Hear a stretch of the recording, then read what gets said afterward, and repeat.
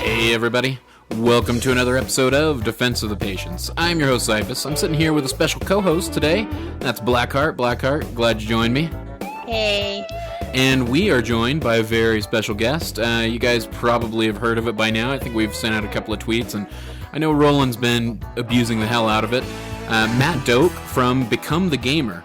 Yes, thank you guys for having me. Yeah, we're glad you joined us. I've played around with a little bit with the tool, and I know, like I said, Roland is our co-host for the Monday show. He has, he's always been about using like DotaPicker.com and Yep. Utilizing those picking tools in the past. Mm-hmm. And he's been doing nothing but using Become the Gamer. He was really disappointed that he couldn't be here tonight. Oh, that's too bad. It would have been good to have a chat with them. But so I guess for those who don't understand or don't know what it is, why don't you give us a brief rundown of what Become the Gamer is all about? Sure. So Become the Gamer, as of right now, is a drafting assistant. Essentially, you, as you're playing Dota 2, input the different hero picks that come in, and it makes suggestions based on those picks. So that's both counter and synergy, to be able to try to build a strong team and outplay or outdraft your opponent, essentially give you a little bit of an advantage at the beginning. That's basically what it is right now. So where do you guys pull the data from? I mean, how does that data collected? So the data is directly from pulled directly from Dota. We have our own analytics that we run on that data. We essentially just have something that pulls continuously from the API, and then we've built these algorithms to determine how heroes synergize and how they counter each other, and then we take those stats and work with them in the site. That's cool. So Blackheart and I were discussing a little bit before the show. And I think maybe we both interpreted it a little bit differently, but what does it mean when we select Omni Knight, right? Mm-hmm. The first thing that pops up is, hey, maybe you should grab Crystal Maiden. They've got a 4.1% synergy bonus. Mm-hmm. What does that 4.1% represent? So when we're looking at hero synergy, what we're trying to look at in its simplest form is when two heroes are in a match together, what does their win rate look like as opposed to matches where they're not together? And if the difference between that win rate, so let's say they're both 50% outside of that matchup between the two of them, and in that matchup they're 60%, we would say that's a significant synergy. So the actual numbers that we have there are sort of averaged, not averaged, they are... they're basically average. So it's not a direct reflection of you have a 4% extra chance to win. It's a range of 0 to 10%, and so 4 would be it's quite high, but certainly not the highest. So basically, Omni Crystal together have, say, a 54% win rate, as opposed to Omni having a 50% win rate and Crystal having a 50% win rate. Exactly. It's if when they're together they have a significantly higher win rate than they do without being paired with that hero. And then we have some balancing factors to look at. Okay, so if Omni has a base win rate of 60%, there are certainly heroes that in pub games they're much stronger. And if we were to do our stats straight up, just as I had said, you would have these high win rate heroes bringing up a lot of low win rate heroes. So you have Oracle or IO, and you pair that with an Omni, and because Omni brings up IO so much, you don't want to look at that as synergy. You want to say, okay, well maybe Omni Knight is just an overpowered hero in pub games. So we do a bit of balancing to say, if Omni Knight were 50%, how would that influence actually look on a Crystal Maiden or on an Aya? Okay, that's pretty cool. So, and then basically the advantage that you have. So if I populate the other side, it's a similar calculation for the advantage that I have over another hero on the enemy team. Yes, exactly. Yeah. Cool. So what inspired you guys? Because there are Dota pickers out there. There are. What kind of inspired you guys to get in the game in this regard? So I guess I started out. Um, it's quite a while ago now. I guess in August it'll have been 2 years, and I had originally started working in the Dota scene because I myself am a 3K scrub, and I want to improve. So I thought the best way to do that would be to get someone to coach me. So I actually paid for coaching lessons, and it was extremely good. The guys were very helpful, and I increased in MMR and all that good stuff. So that's actually where this started out. Was I was trying to bring coaching to the masses of Dota because I found that the benefits were just it was way too much to pass up, and it's hard for players to be able to make that investment of $15 a lesson or whatnot. But those that tried it quite often would stick with regular schedules with their coaches.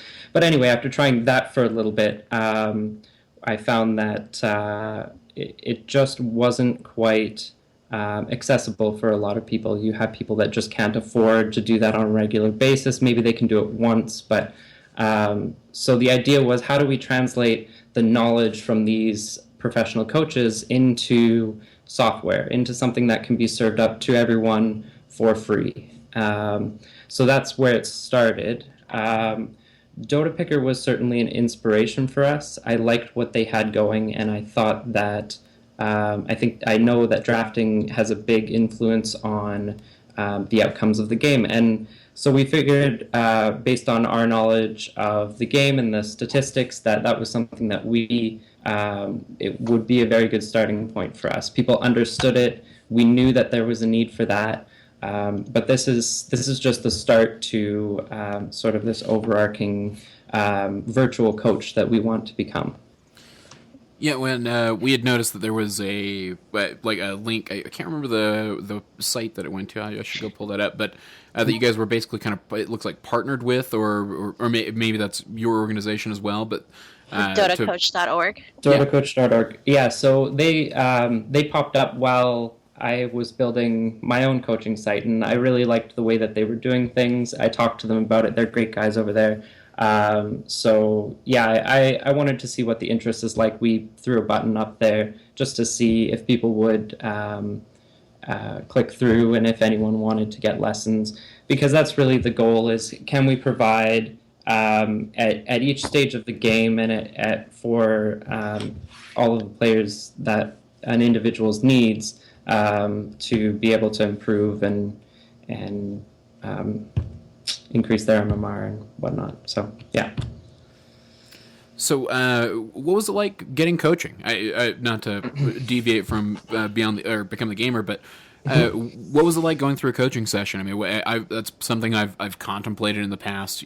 Hosting a Dota 2 podcast, but I've never really taken that step to go through a coaching session with somebody. I mean, is it literally somebody sitting there telling you, "Don't back, up, forward"? Yeah. So I've taken a couple lessons, and I have certainly had people like that, and I've found there's a lot of inconsistencies in coaching, but the good ones would explain why the things that you're doing are wrong or right, and so they focus on more of the long-term goals. So let's say a really good example, a friend of mine took a lesson after I recommended it to him, and he played anti-mage, and every time there was a team fight, he would TP in to go help, and he said, no, you need to be thinking about your farming patterns. So he would say, go to the jungle, and then whenever you have an opportunity, go push out the lane and take a tower. And after that one lesson, he was significantly better at playing in that role, because that translated out to all of the different carry heroes that he played. But that's essentially it, is identifying the poor patterns that you have and telling you how to fix them, and reminding you over and over again when you get back to your old bad habits that you should be doing these other things. So how many coaches did you go through until you found the one? I actually had a really good coach for the first one that I had, and then we did some local coaching here in Winnipeg.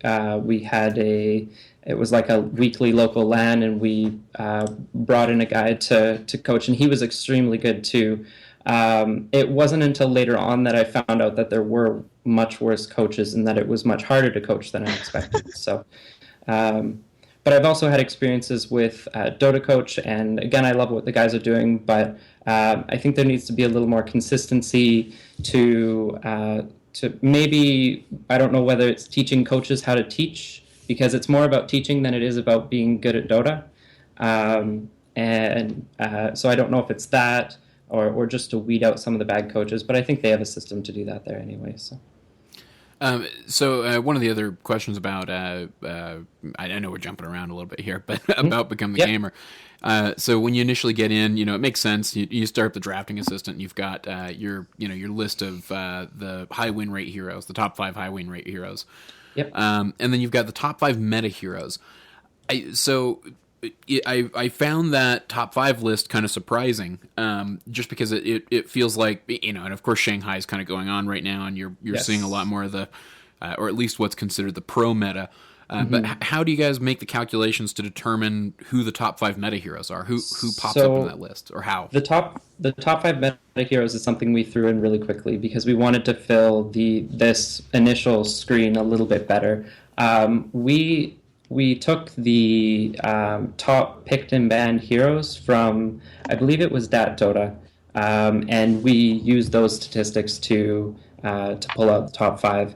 We haven't updated this in a while though, so unfortunately it's not correct, and I do have the intentions to. I've had a couple people mention it to me this week, and we do intend to update that very soon. But yeah, that's something that we still have to figure out a method for dynamically updating as the stats come in. We already have the connection to Steam for the rest of our stats, so it's really just picking out those league matches and building those stats ourselves. Sure.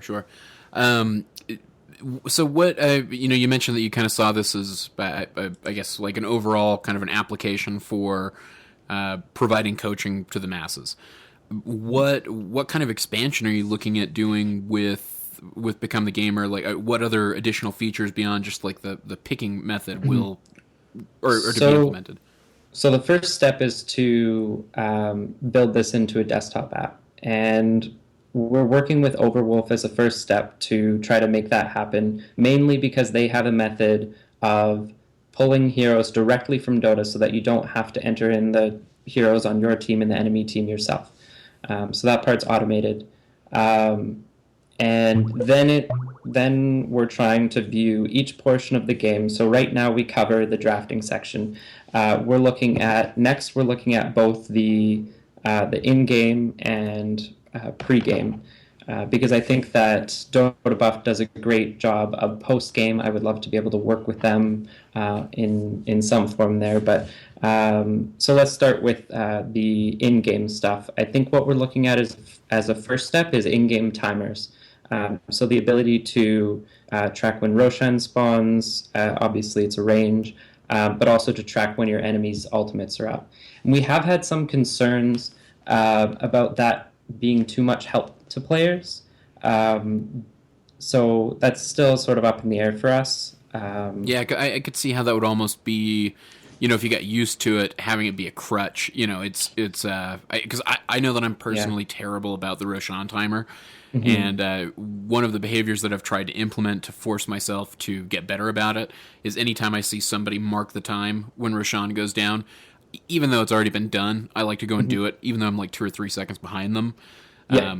Although just so you get that mental. Yeah, although I sadly I don't know that it's paying off. I think it's just resulting in me doing that after somebody else does it, and I don't know that the psychology is there quite yet for me. But I could see how that would become kind of a crutch as opposed to really directing those good behaviors. Yeah, I know what you mean, and I have somewhat of a tendency to agree, but people have said the same thing about drafting before too. And the issue is when you're a new player in particular, and you have all of these things to think about. You have last hitting, denying. I mean, this isn't League, right? I love League. It's a great game. But there's a lot going on. And as a newer player, if you can remove some of those layers of decision making, it helps make the game much more enjoyable. And, hopefully, eventually, you could start to remove some of those crutches. But I think, just like you said, being able to mark that time yourself as a reminder, whether it's completely solved the problem or not, is a step in the right direction to starting to think about, okay, Roshan is an objective that we need to remember and take. Do you worry that some might view it as almost like cheating? You know what I mean? Like to have an overlay Certainly. that's kind of, marking those timers for you, paying attention to ults for you. Is there some concern in that regard that maybe, they wouldn't want you to utilize your tool in like a competitive sense? Yes, that we haven't given any thought to in terms of the competitive scene, but yes, and with the timer, we're still asking around fielding to see what people think about it. We haven't had too much pushback on it, but ultimately we don't want to do any harm. So I think there are other ways to help people. We had talked about doing somewhat of a lane analysis. So if you were to tell us who you're laning with and against, that we could give you tips to say your lane is strong or weak, and you should maybe do, just to sort of give some scenarios. Again, it's about making it more accessible. So I'm a new player. I see this hero that looks like Zeus, and he so happens to be Zeus, but I don't know how quickly he can kill me, and it turns out 1 W and R and I'm dead. But as a new player, I don't recognize that. So being able to provide a little bit of information can go a long way in my enjoyment and my progression in the game. Yeah, absolutely.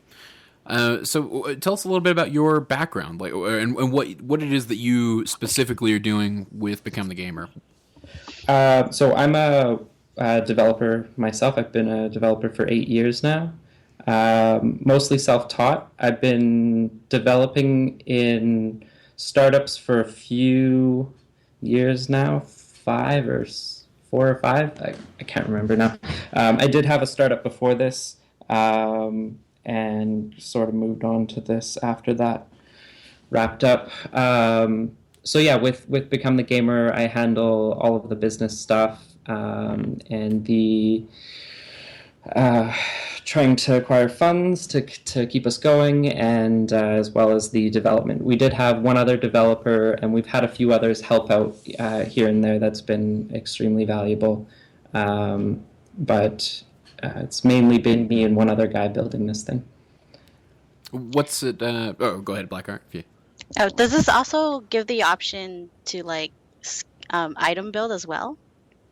It doesn't, no. And that's, again, another thing we're exploring. We're looking at all of the different options. I think providing builds, the builds even in Dota can make you quite dependent. I was for a long time dependent on those builds, and I would just blindly follow them. I think now I've started to learn how to do that myself, but I think what we're looking at is adaptive builds where there's an Omni on the enemy team, and you've got a Juggernaut and a Mirana on your team, and we say either Juggernaut or Mirana needs to get a Diffusal Blade because those are the two best options on your team to deal with him. So a lot of the builds all the builds are static right now, and if we can provide some sort of way to adapt, I think that would be good. But again, this is all down the road.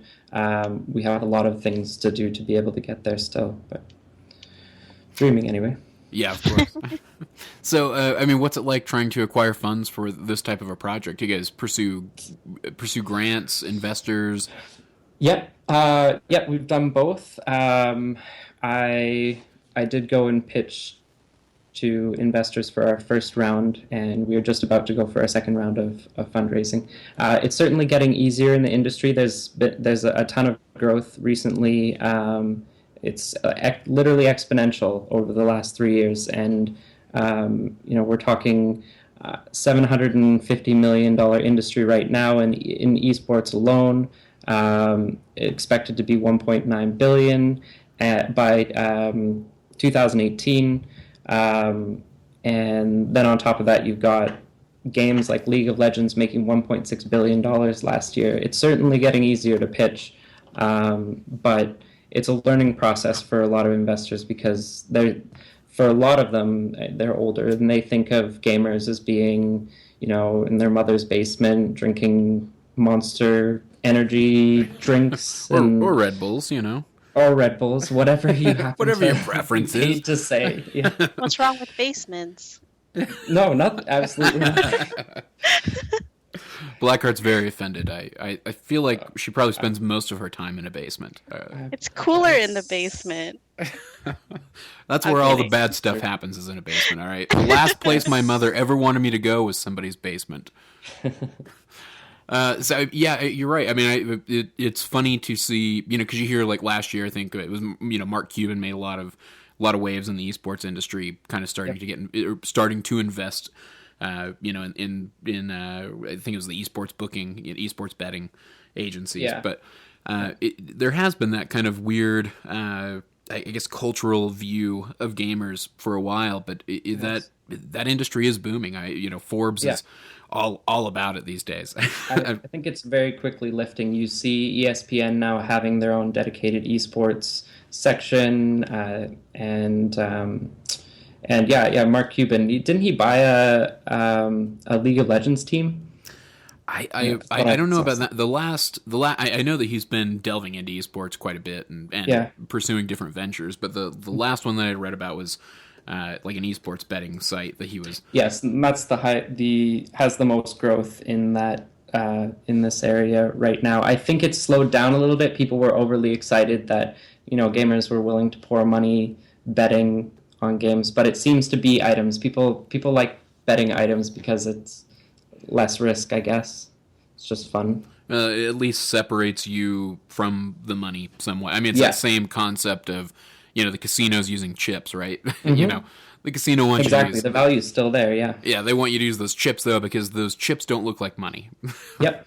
So, why not use digital currency? Yeah, definitely. So, I mean, but you're starting to find that investors are more receptive as you go on?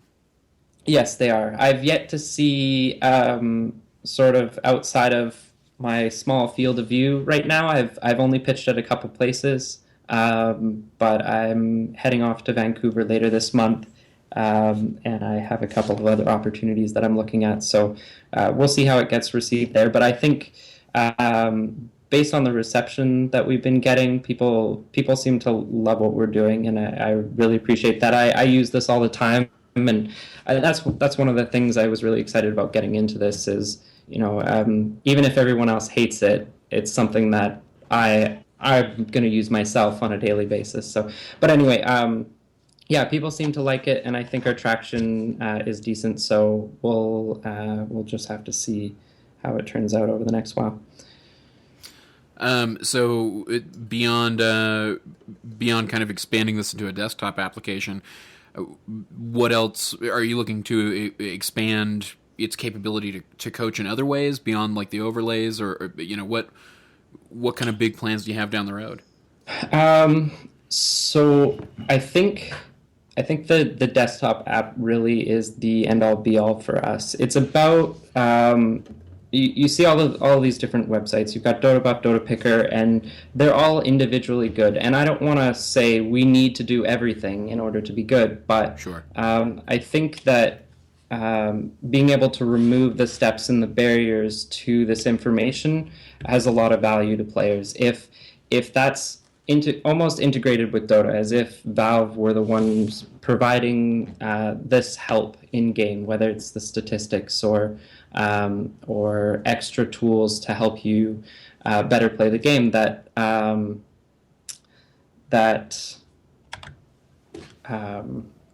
It just makes it much easier for these players to be able to access it. So that's sort of our first step is to look at how we can accomplish that with Dota, and then we are looking at sort of translating that same model to League of Legends and the other esports as they come up. I know I saw a couple other MOBAs starting to pop up. So yeah. Well, I mean, and that, absolutely. Why not expand into other MOBAs? That that concept of drafting remains pretty constant, in Yeah. every esport. So yeah, why not? I know that I love that you guys have the Apple app. I know it's on the Android store as well. Yeah. That kind of has been the nice thing for me. It's why I've started to use it over other pickers, just because I'm able to have my phone open and look at the screen. I don't have to alt tab. I don't have to have another monitor. Yeah, that's exactly it. And I guess I was a bit narrow-minded in thinking that it was too difficult to do. It's easier to interact with. It's easier to show more stats on a big desktop. And Dota's a complex game, so the more room that we have to be able to show stuff, it's certainly beneficial. But for me, I've got 2 monitors, so I'm not in the same boat as apparently many more people than I had thought with using one monitor gaming. So yeah, I'm very happy that we have both of those out.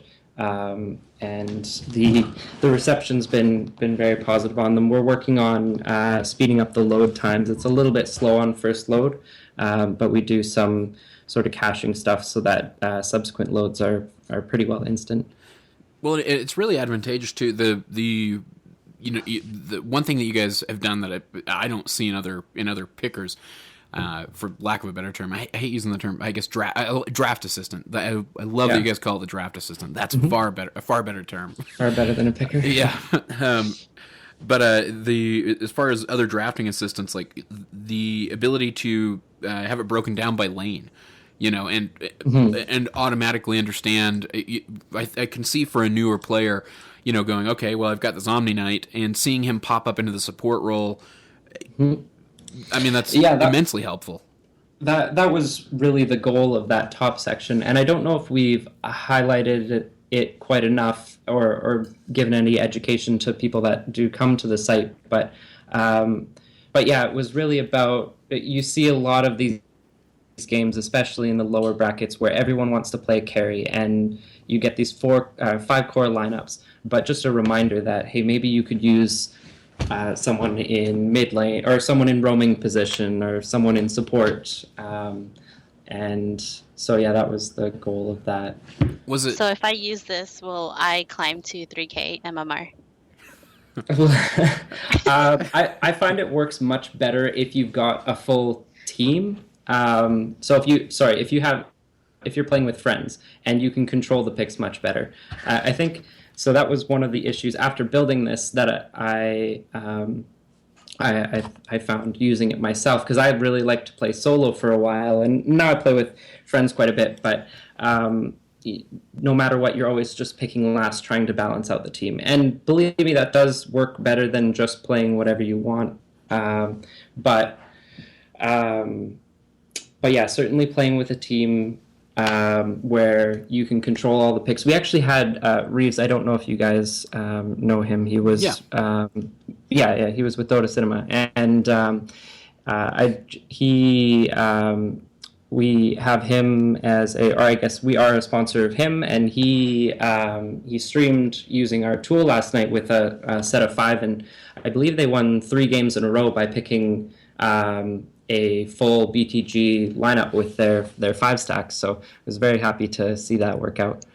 So you're saying I'll get to 3K party MMR, but not 3K solo. Oh, okay. So I do have somewhat of a solution for the solo, and this is probably our number 1 priority now. Hire coach. No, not the hire coach. No, the hire coach is no. So our number 1 priority above making esports accessible is helping teams work together better. Because you're always going to have this problem in any esport game where you just can't always be playing with a 5 stack of friends. So any team game, you're going to have this issue. So what we've done, and we've called it collaborate. I hate the term, but collaborate describes it, where it's a unique link that you don't have to sign up for an account or anything to get this, but it's unique to your draft. And when you share that with people, as you enter in the picks, they see the stats update in real time without having to do anything. So what I do every game is I share that link in my chat, and sometimes I get one or two people. More join if they mention, hey, this looks really cool. But you get one or two people, and I start discussing with them how we can build a strong team. So I'm trying to work towards making that easier, making communication better, so that eventually you get these good conversations with those that do want to participate. Because I think above all else, teamwork in the bracket that you're in, and in any bracket, it's teamwork that's going to bring you up before skill. Yeah, absolutely. I mean, it's tough out there in the solo trenches. It is. Yeah, exactly. I mean, there are so many problems with teamwork, and I can only imagine that if you could get people to collaborate from the draft, which is tough enough to do. I mean, it's tough enough. You more often than not, it feels like in the solo games, they're like you said, you wind up with a 4-core team, a 5-core team. Yeah, nobody's willing to sacrifice farm priority, which is often detrimental, unless the other team's doing it too. But being able to get everybody to coordinate from the draft and kind of get the ball rolling on that teamwork element, but I can see huge advantages to that. Yeah, and we're certainly not going to get everyone in. There will still be the people that want to, pick PA and say, just give me 30 minutes to farm and we'll win the game. But hopefully you can bring in, one or two other people with you and get some form of teamwork going in those solo pub games.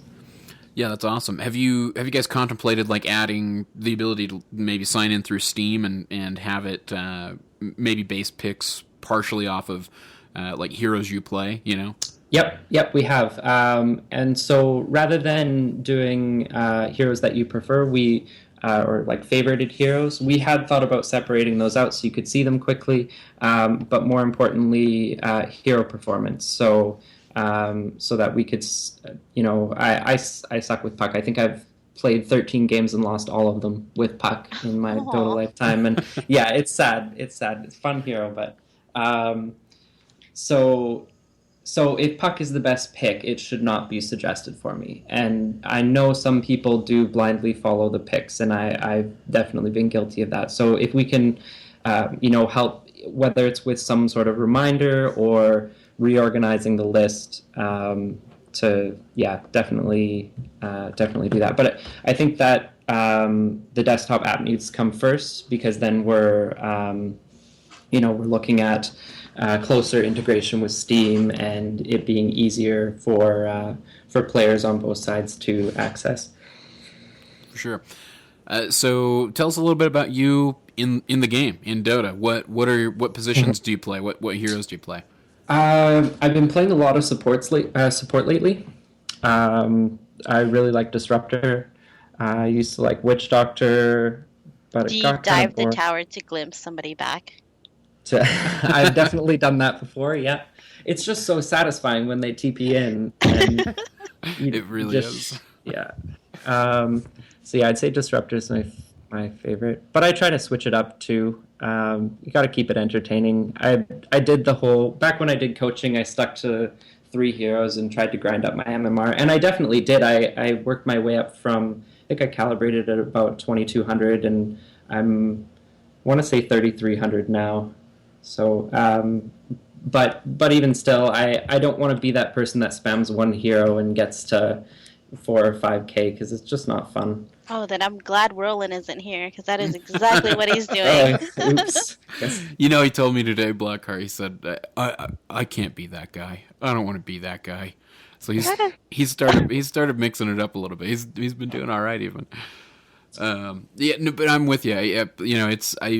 My strategy in solo especially has always just been, I'll wait. I'll try to get the team to communicate. I'll try to get that ball rolling on teamwork, right off the bat, and I'll pick whatever we need. I've got 2 or 3. I feel like I'd much rather have 2 or 3 heroes in the off lane that I'm really comfortable with, 2 or 3 safe laners that I'm really comfortable with, 2 or 3 mids that I'm really comfortable with, and then in supports. I like you. I prefer support. I'd support every game if possible.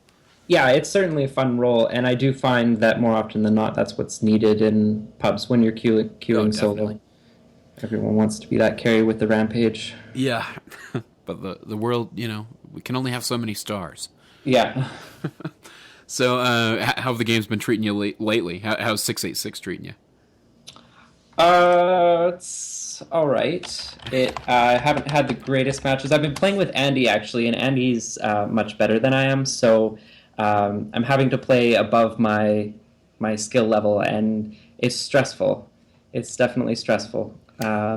Picks don't help you as much when you're playing above your skill level, but when you're playing at your skill level, it helps a lot. But that aside, when I go back to solo queue, games are easy, just complete breeze. So, but yeah, my Dota buff doesn't look too good right now, so maybe don't go check that. Well, I know I found, I have kind of a similar situation. I've got the buddy of mine who got me into this game, Wazoo. He's easily 1,000 MMR above where I'm at when we go into party queue. I feel like it improves my play in the long run. Exactly. I feel like you rise to the level of the competition almost.